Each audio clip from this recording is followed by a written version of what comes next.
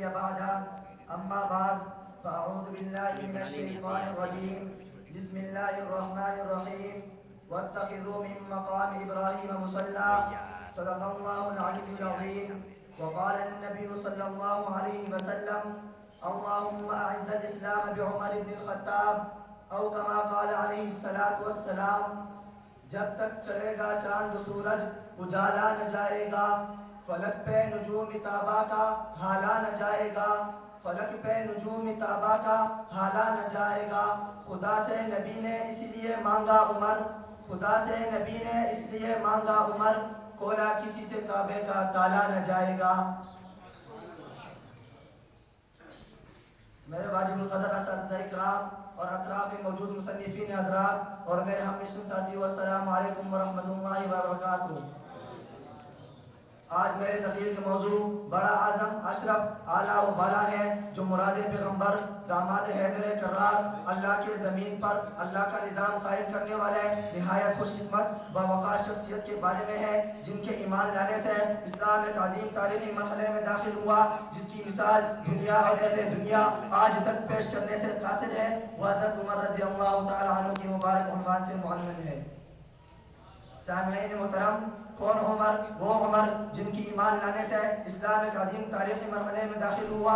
کون عمر؟ وہ عمر جن کی رائے کے مطابق قرآن اترا. کون عمر؟ وہ عمر جن کے بارے میں میرے پاک پیغمبر نے فرمایا لو کان بعدی نبی لکان عمر. کون عمر؟ وہ عمر جس کو دیکھ کر شیطان بھی رستہ بدل لیتا تھا. تو پھر میں کیوں نہ کہوں، ملت اسلام کو پردہ ملا عمر کی غیرت کی وجہ سے، مسلمان خاتون کو پردہ ملا عمر کی غیرت کی وجہ سے، مسلمان بیٹی کو پردہ ملا عمر کی غیرت کی وجہ سے، مسلمان بہن کو پردہ ملا عمر کی غیرت کی وجہ سے، مسلمان ماں کو پردہ ملا عمر کی غیرت کی وجہ سے. جی ہاں، مجھے کہنے دیجیے، حضرت عمر کی شان دیکھیے، جن کی نام کی ہیبت آج بھی ایرانی داغوں کی فرزندوں کا جینا حرام کر دیتی ہے.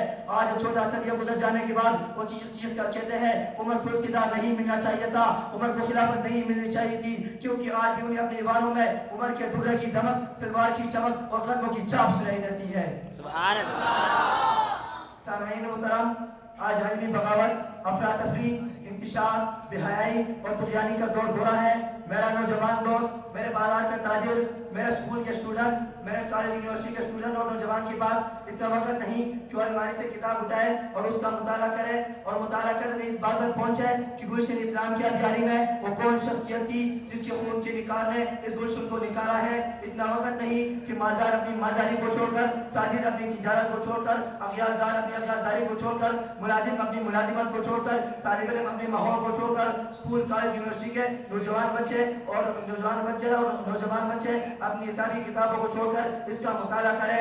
جو وقت گزرتا جا رہا ہے، ہمارا رشتہ، ہمارا تعلق، ہماری نسبت اور ہماری بنیادیں کٹتی جا رہی ہے. آج ہماری نسلوں میں ہمارا آئیڈیل کوئی گانا گانے والا ہے، کوئی فن کا مظاہرہ کرنے والا ہے، کوئی ہاکی کھیلنے والا ہے، کوئی کرکٹ کھیلنے والا ہے. آج کے نوجوان سے پوچھو تیرا آئیڈیل کون؟ کوئی کسی ہاکی کھیلنے والے کا نام لیتا ہے، کوئی کسی کرکٹ کھیلنے والے کا نام لیتا ہے. لیکن میں رہنما جنوی لوگوں سے کہہ گیا، اور آج کی کسی ہاکی کھیلنے والے سے تمہیں محبت ہے کرو، ہمیں کوئی اعتراض نہیں. اور آج کی کسی کرکٹ کھیلنے والے سے تمہیں محبت ہے کرو، ہمیں کوئی اعتراض نہیں. اور آج کی کسی پارٹی کی وجہ سے محبت ہے کرو، ہمیں کوئی اعتراض نہیں. لیکن یہ نوجوان تمہارے دلوں میں ایک اور محبت ڈالے گا کہ آئندہ آنے والی نسل کو یہ بات پتہ چلے گی، ان کے جسم پکارے گے، ان کا لہو پکارے گا، ان کا وجود پکارے گا، ان کا وجود لہو میں کر کہے گا نہ ہمارا آئیڈیل کوئی فن کا مظاہرہ کرنے والا فنکار نہیں، ہمارا آئیڈیل کوئی گانا گانے والا گلوکار نہیں، بلکہ ہمارا آئیڈیل یکم محرم الحرام کو مصلی رسول پر شہادت پانے والا فاروق اعظم ہے.